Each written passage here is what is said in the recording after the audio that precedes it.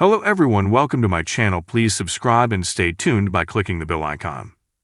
Heartstopper, the most luminous series of our times, gets dark. The second season of the Netflix series has been released. The show follows the love life of a gay teenager and his bisexual classmate, while delving into the mental health of the characters.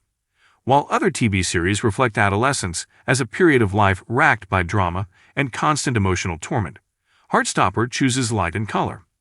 And unlike the inconsequential romances of many youth productions, this show opts for vindication and mental health treatment.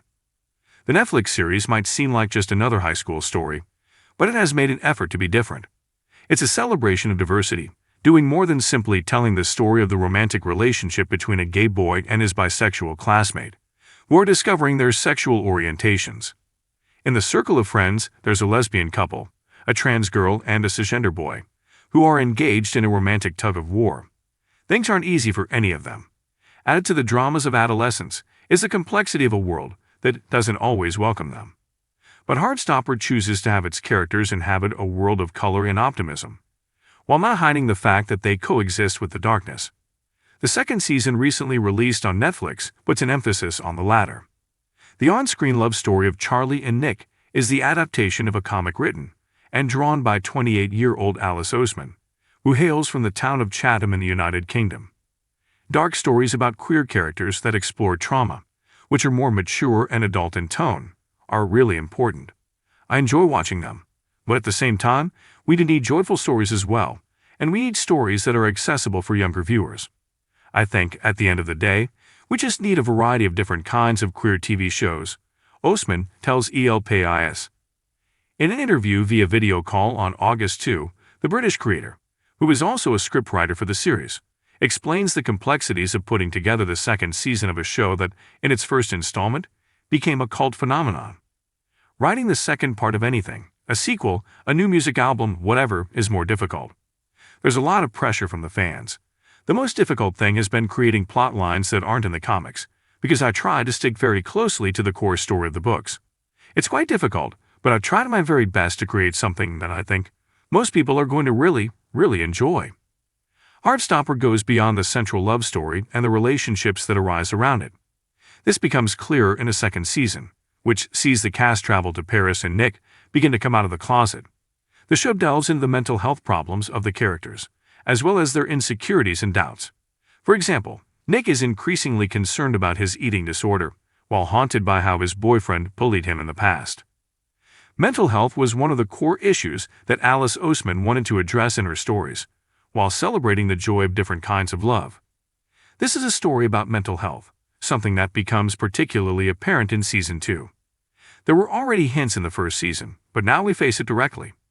Nick and Charlie have to learn about each other and understand each other better to know how to deal with each other's mental health. We started that journey in the second season, and it will be a big element of Season 3 as well, the writer notes. She sees it as a challenge to combine the luminosity of her colorful series with darker subjects. Born in 2016 as a webcomic, the success of Heartstopper eventually surpassed its author. The web edition grew in popularity, after which it jumped to the paper version, and from there, to the screen with Netflix. At first, it was just something I did for fun, and now it's my entire job. It's literally the only thing that I've been working on for the past few years, and will probably be the only thing I'm working on for the next couple of years at the very least. It has completely changed my life. When asked about the possible reasons for the success of her story, she points to several reasons, but one above all: people love joyful stories. I think that's kind of proven across so many different shows that have blasted to popularity, like Bridgerton or Sex Education. Those are both sort of upbeat, happy, cheerful shows at their core. And people really want that kind of content, I think especially in times although like it's made with teenagers in mind, still really appeals to people of all ages, Oseman notes. We've had a lot of responses from adults who have watched it and really connected to it. That's really special. I truly believe that we made a good adaptation of a book, which doesn't always happen. For this to have happened, it was key to have a good cast. Achieving this wasn't easy, as Oseman explains. There were so many different factors that we needed to consider. We wanted them to look like the drawings. We wanted them to be around the right age. The actors who portray Nick and Charlie needed to have chemistry with each other. Otherwise, the show just wasn't going to work. in a casting process that the writer describes as intense and a bit of a nightmare. The production team ultimately found the perfect person for each role. We only had one actor for each character. There were no backup options, since it was extremely difficult to find each one. Out of that process came Joe Locke and Kit Connor as Charlie and Nick. What surprised me the most about them was their emotional intelligence. They're not afraid to push emotional scenes to the limit and dive into Charlie and Nick's feelings. It's a teen romance, and it could easily be very cheesy and silly in the hands of the wrong actor. But Kit and Joe took it so seriously. You can feel how much they love playing Nick and Charlie.